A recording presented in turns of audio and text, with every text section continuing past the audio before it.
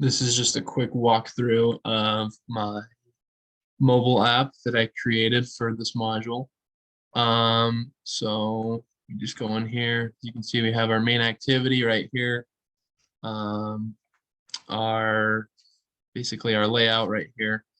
And so as you can see, we just got a pretty basic title, calendar widget, and then a few year, month, day at the bottom. And obviously these are all going to have unique IDs. You can see, hopefully you can see right there. I don't exactly know where my face is, but there's an ID right there.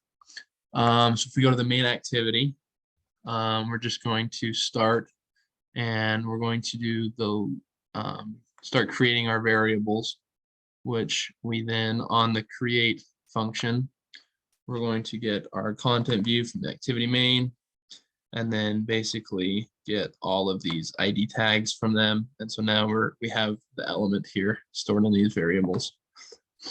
And so as you can see in the comments, we just have an on date listener.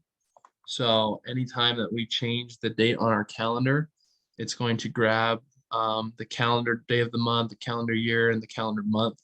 So from there, we're just going to get the current date, which is here. So we're basically grabbing the user inputted date and then comparing that to the current date.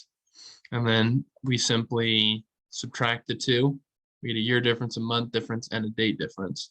And then all we're doing is outputting these to the text. So it's a pretty simple design, but it does a good job of kind of showing the basics of mobile app development in Android Studio.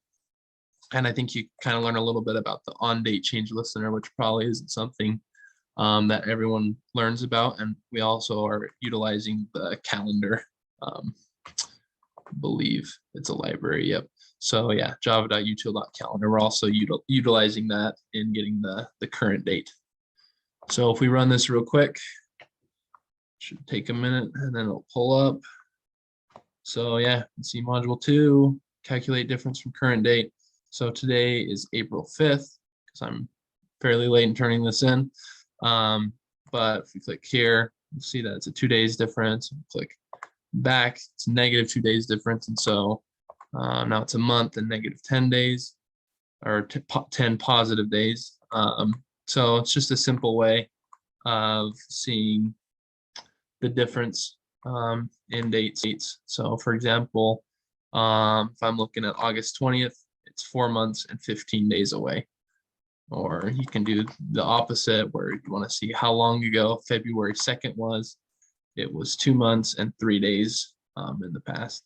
So it's just a pretty simple design, but does exactly what you want for a simple app like this. Just kind of calculates the difference between a user inputted date and the current date.